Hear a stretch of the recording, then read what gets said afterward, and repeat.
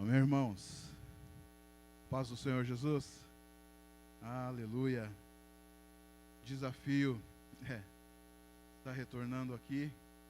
Comentei com a Ana que para mim ia ser mais difícil segurar o choro que trazer a palavra. A última vez que eu lembro que eu estava aqui neste lugar, nosso pastor ainda estava conosco, né?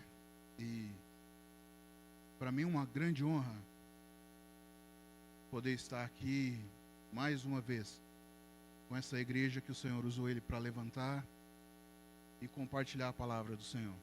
Amém? Abra sua Bíblia, carta de Judas. Carta de Judas. Está nas Escrituras. Carta de Judas, vamos ler do versículo 1 ao versículo 4. Aleluia. Deus é bom? Deus é bom, irmãos? Aleluia. Deus é bom em todo o tempo. Diz assim a palavra do Senhor: Judas, servo de Jesus Cristo, irmão de Tiago, aos que foram chamados, amados por Deus Pai e guardados por Jesus Cristo, misericórdia, paz e amor sejam multiplicados a vocês.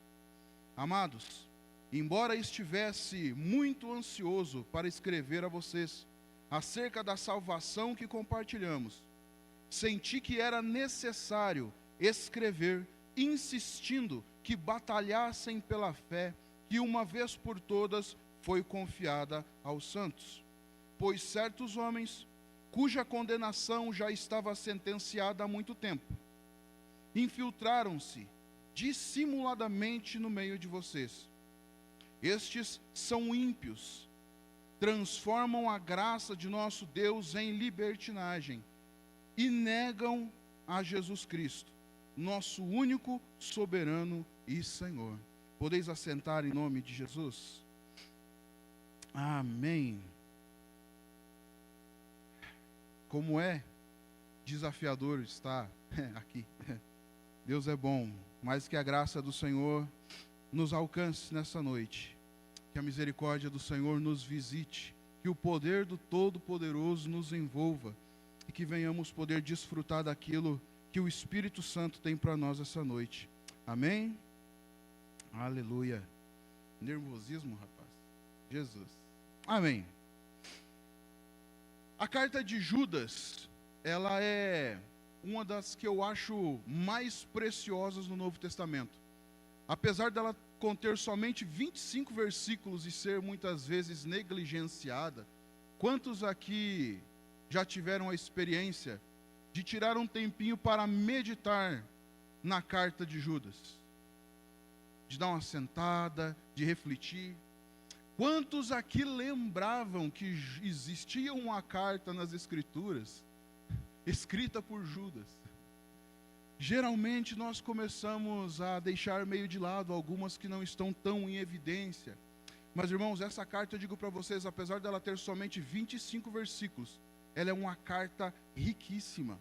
Ela foi escrita provavelmente entre o ano 65 e o ano 67, ou seja, ela tem já quase 1960, 1959 anos que foi redigida, né? E foi entregue para nós.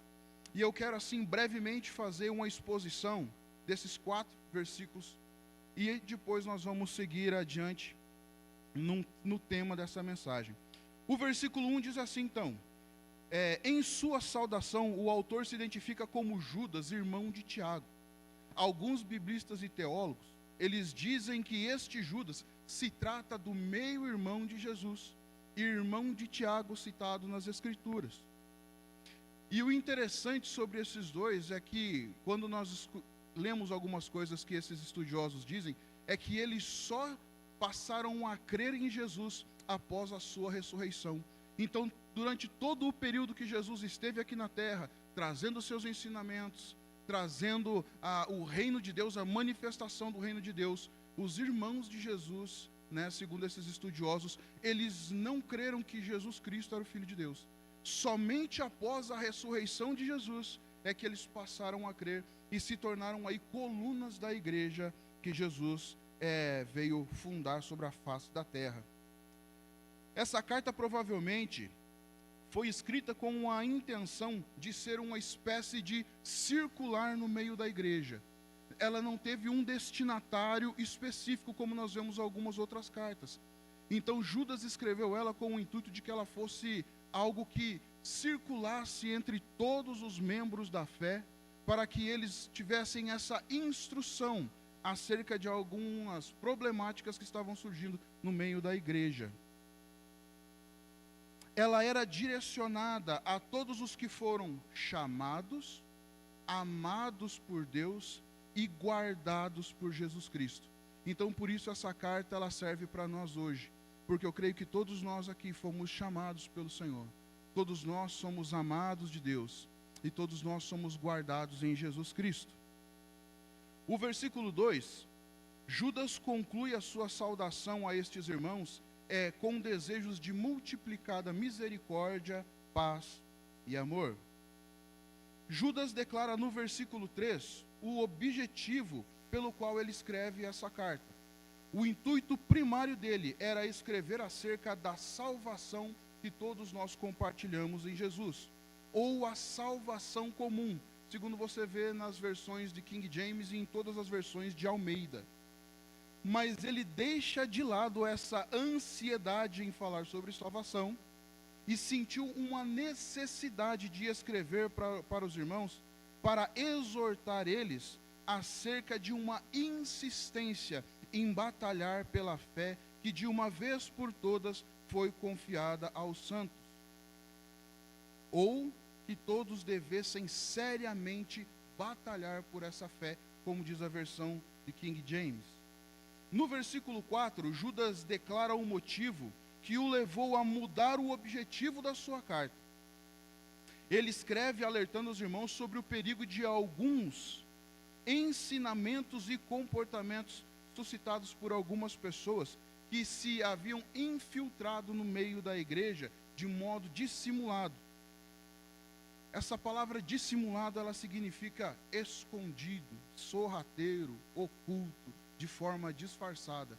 Então Judas, ele muda de ideia, ele muda de opinião, ele queria escrever para os irmãos sobre a salvação que é comum a cada um de nós.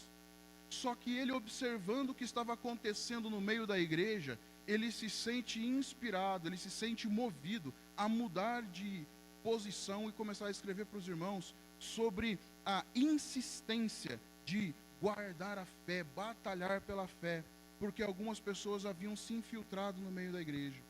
Algumas pessoas estavam no meio da igreja trazendo alguns ensinamentos, trazendo alguns comportamentos, e estava fazendo com que muitas pessoas acabassem desviando da fé. Judas descreve as características desses homens, ainda dentro do versículo 4. Ele diz que esses homens eram homens ímpios, ele diz que esses homens transformavam a graça de Deus em libertinagem, ele diz que esses homens negavam a Jesus Cristo, e que estes homens já estavam sentenciados a uma condenação já há muito tempo. Então essas são as características desses homens. Este é o intuito de toda a carta de Judas, os 25 versículos. Esses 25 versículos, eles têm algumas divisões. Você vai pegar do versículo 1 ao versículo 2, essa apresentação dele. Você vai pegar o versículo 3 e o versículo 4, ele apresentando os problemas. Você vai pegar do 5 até o 16, ele trazendo a que esses homens são comparados e qual a consequência por causa do pecado deles. E os versículos finais vão ser conselhos dele de como a igreja deve se comportar e o agradecimento. Essa é a divisão dos 25 versículos da carta de Judas. Mas para que eu possa prosseguir e aí então revelar para vocês qual que é o tema da mensagem, eu quero poder refletir com vocês agora sobre algumas observações dessas características que Judas traz sobre cada um desses homens. O versículo 4, ele diz assim então: pois certos homens, cuja condenação já estava sentenciada há muito tempo, infiltraram-se dissimuladamente no meio de vocês. Estes são ímpios, transformam a graça de nosso Deus em libertinagem, negam a Jesus Cristo, nosso único soberano Senhor. A primeira característica, que eu não vou citar em ordem, você vai entender o porquê. A primeira característica que eu pontuei aqui é que estes homens eram homens ímpios. Você entende o que é ser um ímpio? Faz um sinalzinho para a mão, para mim assim, você que entende o que é ser um ímpio aí. Vamos tentar quebrar o gelo, deixa eu tentar ficar mais à vontade. Né, pastor? Estou meio amarradinho aqui ainda. Quem aqui consegue descrever para mim assim, o que é ser um ímpio? Vocês sabem? Então anotem aí, você que tem a prática de anotar. O ímpio é uma pessoa que rejeita o caminho que é proposto por Jesus. Todo aquele que rejeita o caminho que Jesus propõe é um ímpio. Conhecemos pessoas ímpias nos nossos dias? Sim, claro, ou com certeza. Todo aquele que rejeita o caminho que Jesus veio apresentar, ou seja, aquele que rejeita a Cristo, essa pessoa é um ímpio. Aquele que não tem reverência diante de Deus, este é um ímpio. Pessoas que não têm reverência diante do Senhor, pessoas que não se prostram diante do Senhor, pessoas que não se importam com aquilo que Deus pensa, pessoas que não se importam com aquilo que Deus acha. Este é um ímpio. O ímpio é o que pratica o mal contra o seu próximo, sem ter sentimento de remorso. Ele causa o mal contra o próximo, ele causa o mal contra as pessoas, e ele não se importa com a consequência do que aquilo vai causar na vida da pessoa. Ele não sente mal, ele não se sente mal com aquilo. Essa é a característica do ímpio. O libertino, por sua vez, é a pessoa que possui uma conduta imoderada diante dos prazeres sexuais. Ele não tem moderação. Vamos dizer assim, ele é despudorado. Qualquer lugar ele faz qualquer coisa. Em qualquer lugar ele demonstra qualquer coisa. São pessoas que não têm escrúpulo, ela não tem limite na área sexual. É uma pessoa de conduta imoderada nessa área. Mas também é alguém que tem características de ser insubmisso e indisciplinado. Esse é o libertino. Eu conversava há alguns dias com algumas pessoas e eu dava algumas características sobre isso. Na minha vida sem Cristo, né, eu era alguém que gostava muito das canções do Raul Seixas, lia a biografia dele, e tem uma música que ele cantava, que a letra dela prega, advoga em favor dessa vida libertina, aonde cada um pode fazer o que quiser, a hora que quiser, da forma que quiser, no momento que quiser, sem ser repreendido por ninguém. Viva a sociedade alternativa. Nós vemos isso acontecendo há anos, trabalhando contra aquilo que a palavra do Senhor estipula para nós, forçando coisas contrárias àquilo que a Escritura apresenta para nós. Então, esse é o libertino, é o insubmisso, é o indisciplinado. A seguinte característica que Judas cita é que estes homens, eles negam a Cristo, eles negam a Jesus. É uma das manifestações do espírito do anticristo, que as Escrituras dizem que já está em ação sobre a face da terra. A Bíblia chama essas pessoas de pessoas incrédulas. Estes são os incrédulos, os que negam a Jesus.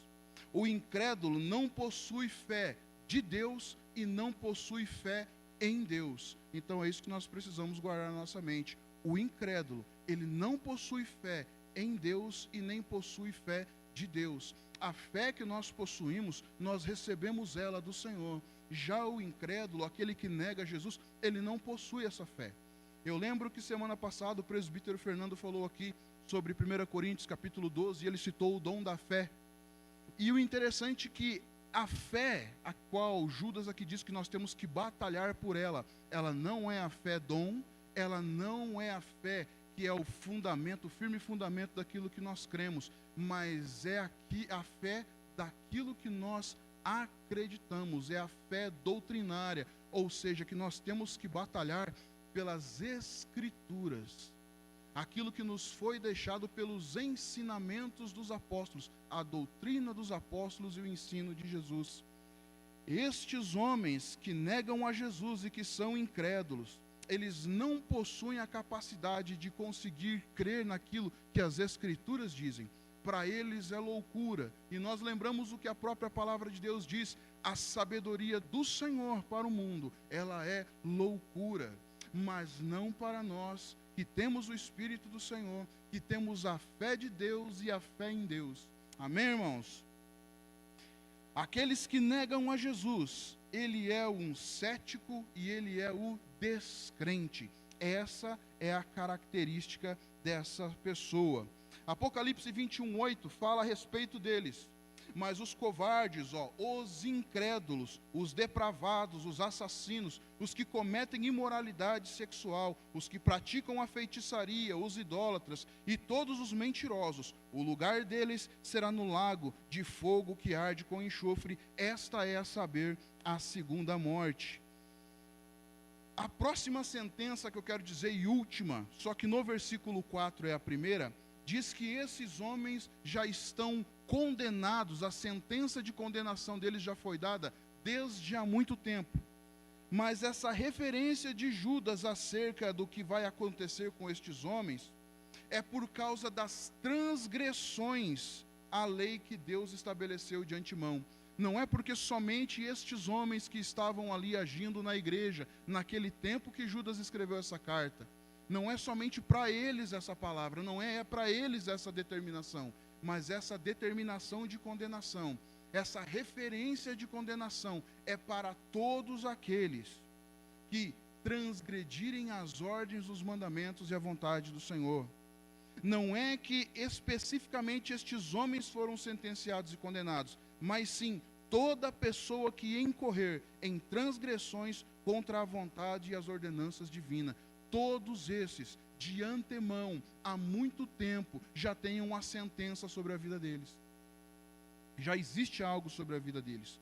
Então, digo assim, todo aquele que vive de impiedade, libertinagem e coisas semelhantes a estas, todos esses já têm uma sentença sobre a vida deles.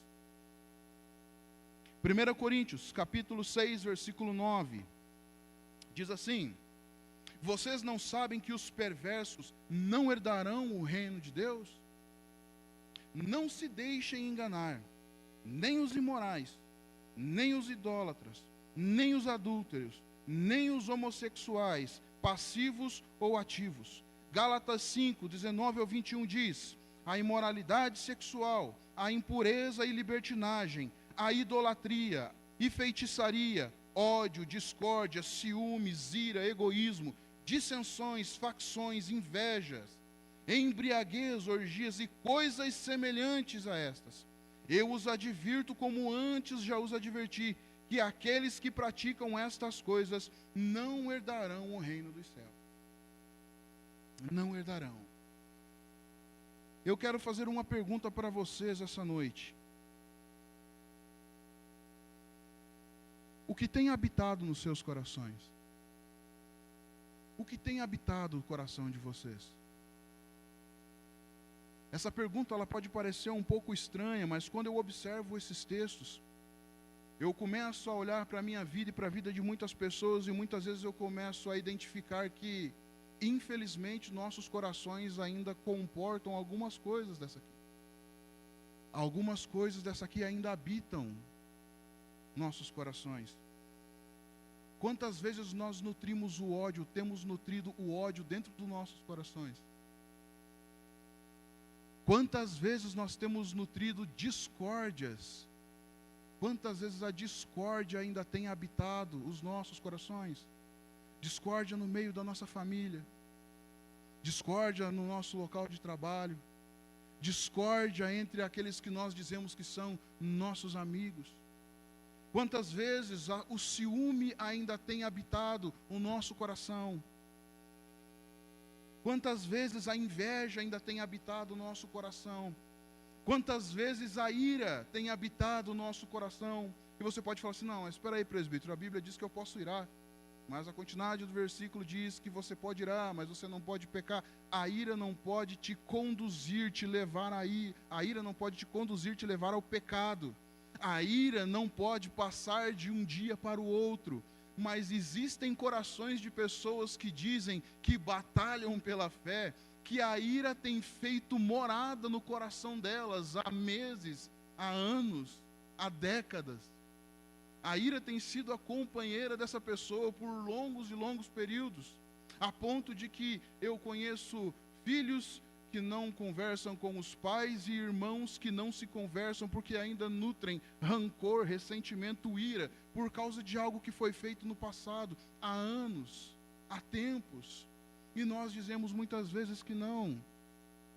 Nós somos do caminho da fé, somos seguidores de Jesus. O que tem habitado o seu coração? Será que o egoísmo não tem feito morada no teu coração? A inveja? E Paulo diz, coisas semelhantes a estas, como antes já os adverti, como agora novamente vos advirto, que aqueles que praticam estas coisas, coisas semelhantes a estas, não entrarão no reino de Deus.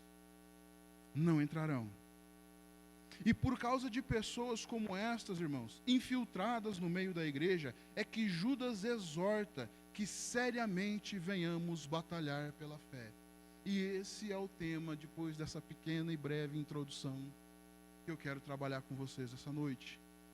Batalhem pela fé. Precisamos, irmãos, batalhar pela fé. Pessoas com esse coração têm se infiltrado no meio da igreja, têm estado no meio da igreja, e muitas vezes têm feito com que nós venhamos ser persuadidos a viver práticas e condutas que são incondizentes com o nosso viver cristão, com a fé que nós declaramos ter. E aí Judas escreve essa carta exortando aos irmãos a que os irmãos lutem, batalhem por essa fé. Eu quero abrir um parênteses aqui só para reforçar o significado dessa palavra exortar, porque muitas vezes eu já vi, esse ano acho que vai completar aí 27 ou 28 anos de caminhada com Cristo, e eu já vi muitas pessoas invertendo o significado dessa palavra. Exortar, irmão, não é você repreender a pessoa, não é você corrigir a pessoa, não é você advertir a pessoa, não é você chegar com a vara no lombo dessa pessoa. Exortar, irmãos, biblicamente é encorajar, estimular e aconselhar a alguém que mude as práticas dela. É você chegar em amor à pessoa e aconselhar ela, encorajar ela. Vamos lá, você tropeçou, vamos lá, levanta, bate o pó, vamos seguir caminhando. Ah, você errou, beleza, acerta o seu erro. Vamos em frente, vamos juntos, eu estou aqui do seu lado. Mas a admoestação, essa sim é repreender alguém sobre uma incorreção naquilo que ela tem feito e da forma com que ela tem se comportado. O admoestar sim é você chegar com a varinha na pessoa, porque ela tem levando o nome de Cristo, de cristão, só que aí é o seguinte, muitas vezes ela ainda está lá incorrendo no mesmo erro e dando um mau testemunho e expondo o nome da fé, o nome de Cristo, o evangelho ao ridículo. Aí nós precisamos agir de outra forma. Judas aqui, quando ele fala de exortar, ele está fazendo o que? Ele está encorajando, estimulando e aconselhando os irmãos a que lutem pela fé, a que batalhem por essa fé. Judas, então, próximo à conclusão da sua carta, lá no versículo 20 para frente, ele começa a trazer então aí alguns conselhos, algumas direções sobre como nós podemos fazer para batalhar pela fé. Versículo 20 diz assim, edifiquem-se, porém, amados, na santíssima fé que vocês têm, orando no Espírito. Quem batalha pela fé se edifica através da oração e também através da fé. Essa edificação através da fé é o fortalecimento através da palavra. Por isso, irmãos, que é interessante, todas as vezes que nós somos direcionados a fazer algum trabalho, e nós convidamos a igreja para estar junto, para estar obtendo o que a palavra de Deus tem para trazer para nós, é importante que você entenda que precisa estar junto. É por isso que nós aqui nas terças-feiras nos reunimos com ao curso de teologia. É por isso que o pastor Marcelo, ainda juntamente com os outros irmãos, estão aqui na quarta-feira. É por isso que nós nos reunimos aqui hoje. É por isso que a congregação do Itália se reúne no sábado. É porque nós precisamos nos fortalecer pela fé. É por isso que nós dizemos para vocês insistentemente, de vez em quando até meio chato, que você precisa não somente ler, mas meditar nas Escrituras todos os dias, porque é a palavra de Deus que te purifica, é a palavra de Deus que te liberta, é a palavra de Deus que te fortalece, é a palavra de Deus que gera nova vida dentro de você, é a palavra de Deus que te traz direcionamento, é a palavra de Deus que faz com que você resista ao diabo para que o diabo fuja de você. É a palavra. Só que se você não tem a palavra, essa fé que é a palavra que gera, porque existe um tipo de fé que somente a palavra gera. Existe outro tipo de fé que somente a oração gera.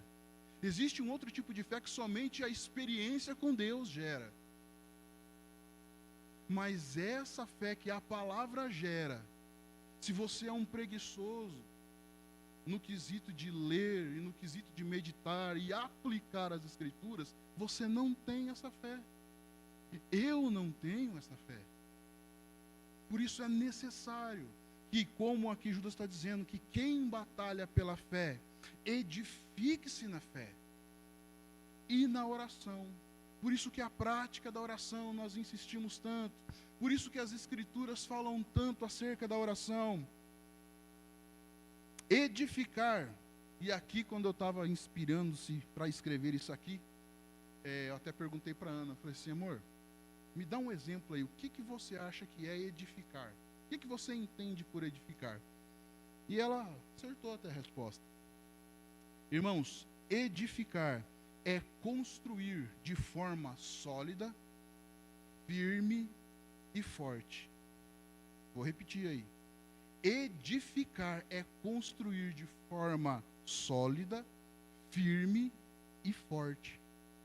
Nós dizemos que temos fé, mas diante de algumas situações a nossa fé não é sólida, a nossa fé não é firme e muito menos forte.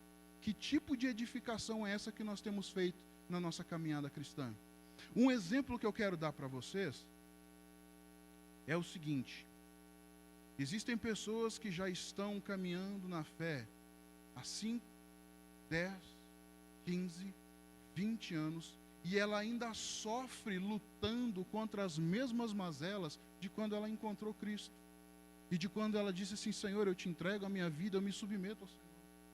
Existe uma palavra, uma frase do pastor Hernandes Dias Lopes que eu gosto muito. Só que ela tem que ser bem analisada para não ser mal interpretada. Ele diz assim que na vida do cristão legítimo, até os pecados devem ser novos. Porque é natural que crescendo pela fé, os primeiros pecados já foram vencidos. E pelo conhecimento da fé, você passa a ter o conhecimento de novos pecados que estão na sua vida, que precisam ser vencidos pela fé que está crescendo em você. Na vida do cristão legítimo, então, até os pecados têm que ser novos. Mas tem pessoas que carregam ainda os pecados do princípio da sua caminhada de fé, porque ainda não cresceram e não se fortaleceram a ponto de conseguir vencê-los. Judas diz que isso se faz, a batalha pela fé se faz através da fé e através da oração. No versículo 20. Quem batalha pela fé se mantém no amor de Deus e aguarda, a vida eterna através da misericórdia de Jesus. Versículo 21 diz assim: mantenham-se no amor de Deus, enquanto esperam que a misericórdia de nosso Senhor Jesus Cristo os leve para a vida eterna. Então, quem batalha pela fé se mantém no amor de Deus e aguarda a vida eterna na misericórdia de Jesus. Nos manter no amor de Deus, irmãos. Batalha pela fé. Quem batalha pela fé precisa se manter no amor de Deus.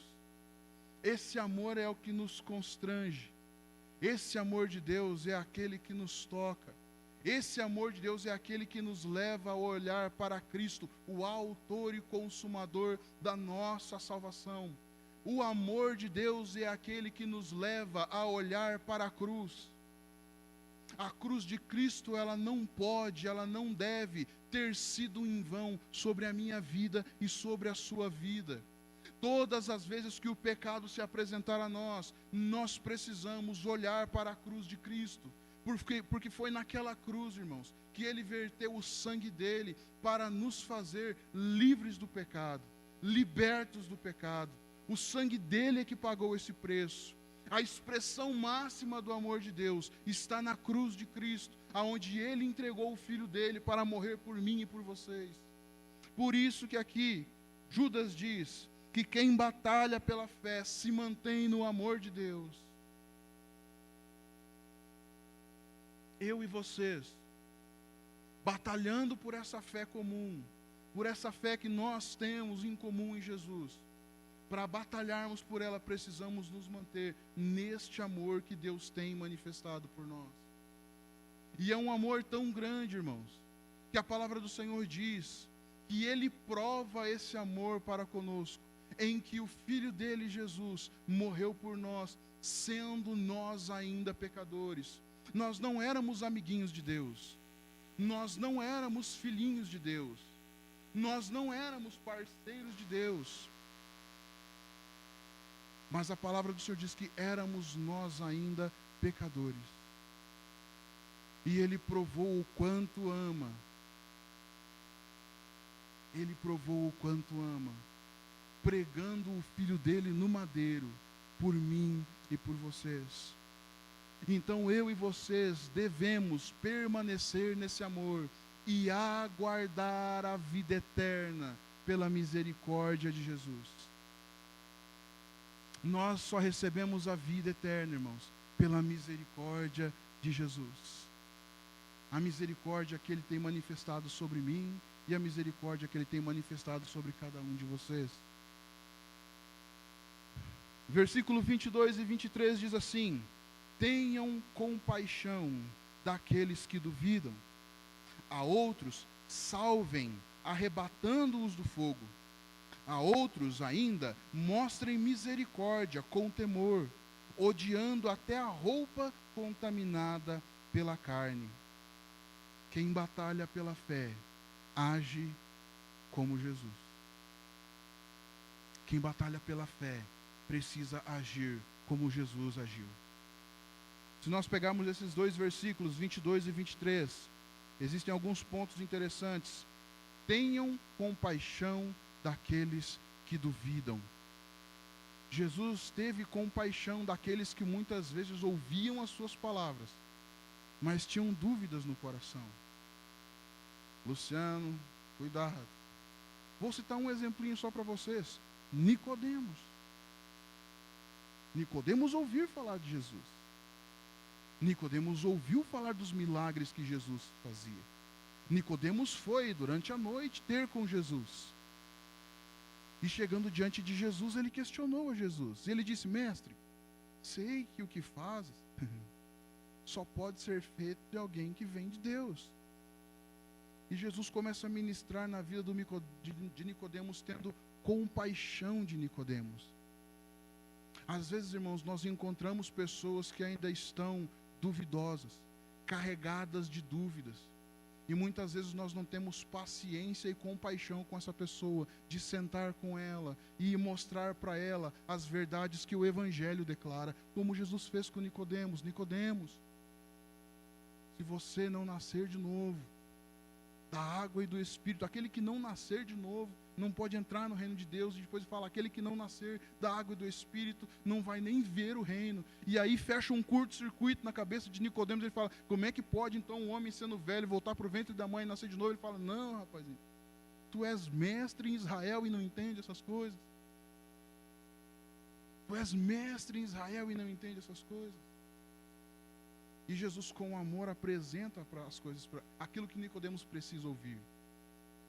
Irmãos, com amor, com compaixão, muitas vezes, nós vamos ter que apresentar vez após vez para as pessoas as verdades que o Evangelho declara. Porque quem convence aquela pessoa não sou eu.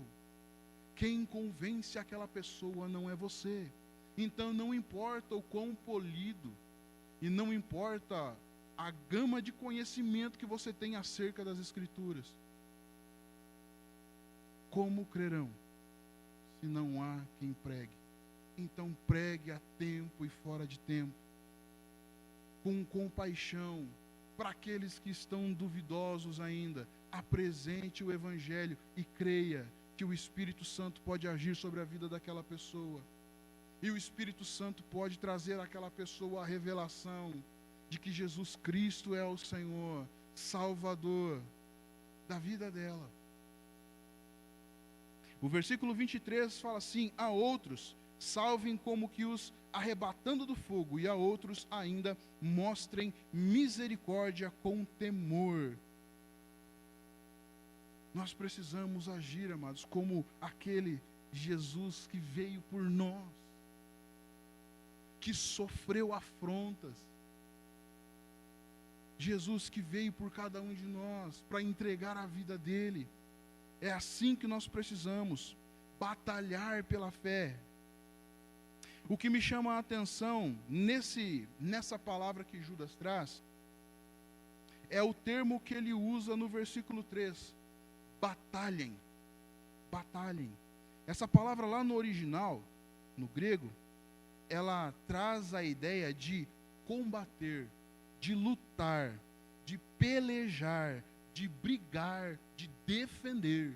Essa é a palavra quando você vai lá no original. Por isso que ele fala que lutem pela fé, ou seja, contendam pela fé, lutem pela fé, pelejem pela fé, combatam por ela, briguem por ela, defendam a fé. Sabe por quê, irmãos? Nós somos bombardeados. Pessoas no nosso meio hoje estão querendo desacreditar as Escrituras, dizendo que ela está ultrapassada, dizendo que ela não serve para os nossos dias, dizendo que ela precisa ser feita uma releitura, uma atualização. Pessoas do meio. Muitas vezes não são os ímpios, pessoas do meio. Da mesma forma com que acontecia no tempo de Judas. E nós precisamos estar fortalecidos na fé, porque compete a mim, compete a vocês lutar e batalhar por essa fé. Pessoas do meio têm defendido a ideia de que Jesus não volta uma segunda vez. Jesus não vem buscar ninguém. Pessoas do meio. Pessoas do meio dizendo que nós podemos viver como nós queremos, porque o pecado já foi pago uma vez, então cada um pode viver do jeito que quiser, porque o pecado que você cometeu e o pecado que você cometer já foi pago por Jesus, então vamos embora ser feliz. Pessoas do meio e pessoas fora do meio com a mesma pressão. Na construção dessa palavra grega, nós encontramos um termo que origina a nossa palavra agonia, dando a ideia de que nós devemos lutar arduamente, passando, se necessário, por angústias e sofrimentos. Você que diz que crê, você que diz que é do caminho, você está disposto a lutar pela fé que o Senhor tem entregue de uma vez por todas aos santos? Vocês pertencem ao caminho da fé? Quantos aqui pertencem ao caminho da fé?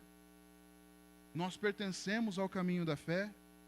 Então eu digo a vocês essa noite, batalhem pela fé, lutem pela fé, dentro do seu lar, lutem pela fé no seu trabalho, lutem pela fé no meio de sua família, lutem pela fé aonde você estiver, leve a fé com você, ensine sobre a fé, respire a fé, viva a fé, viva o caminho da fé, não negue a fé.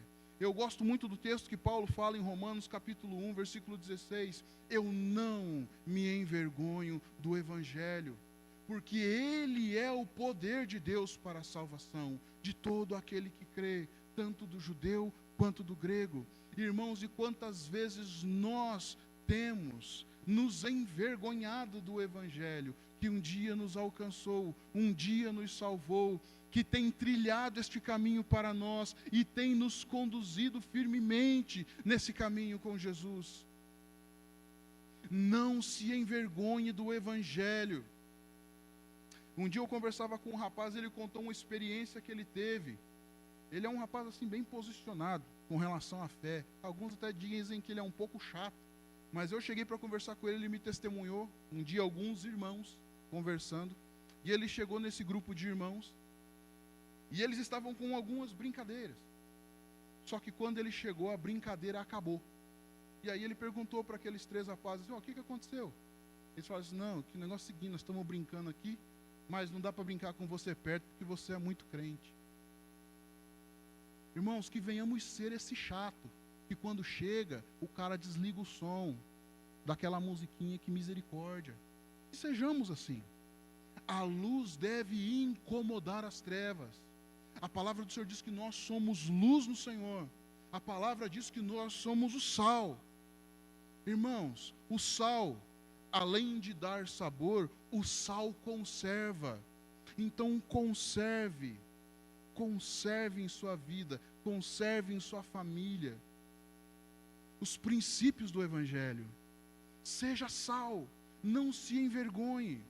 Quando propostas chegarem a você, quando brincadeiras chegarem a você, quando situações que são incondizentes com o Evangelho chegar a você, tenha posição, batalhe pela fé, a ponto de as pessoas perguntarem e te questionarem por que você vive dessa forma, que você possa abrir as Escrituras para ela, e você possa expressar para elas o porquê da razão do seu comportamento, o porquê que você vive dessa forma. Batalhe pela fé, não ceda às pressões do mundo, batalhe pela fé. Se vocês pertencem ao caminho da fé, batalhem pela fé, e essa palavra então é a todos, crianças, adolescentes, jovens, maduros e experientes. Batalhem pela fé. Que nós não venhamos ser iguais àqueles que muitas vezes suavizam o Evangelho. As nossas vidas, elas devem ser para a glória de Deus, para a edificação da igreja e para testemunho ao mundo. A minha vida e a vida de vocês, elas devem ser para a glória de Deus. Irmão, a sua vida tem glorificado a Deus? As coisas que muitas vezes você gasta horas na frente da televisão, glorificam ao Senhor? As palavras que saem da sua boca e os pensamentos que passam sobre a sua cabeça ou na sua mente, glorificam ao Senhor? A vida do crente deve ser para a glória de Deus, para a edificação da igreja, do próprio corpo e para testemunho ao mundo. Batalhem pela fé. Batalhem pela fé. Eu quero que você se coloque em pé em nome de Jesus.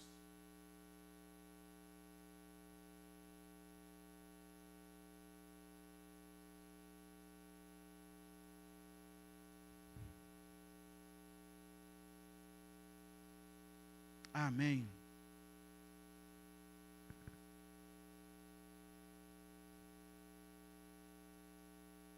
Como está a sua vida?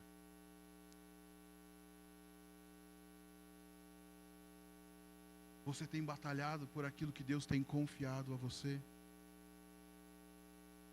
A palavra do Senhor diz que nós vamos prestar contas. Se isso não te assusta, me gela. Nós iremos prestar contas. Há muito tempo atrás o Senhor falou algo no meu coração. O Evangelho, ele vai agir de duas formas na vida das pessoas. Para alguns o Evangelho é salvação e alimento, mas para muitas pessoas o Evangelho será condenação.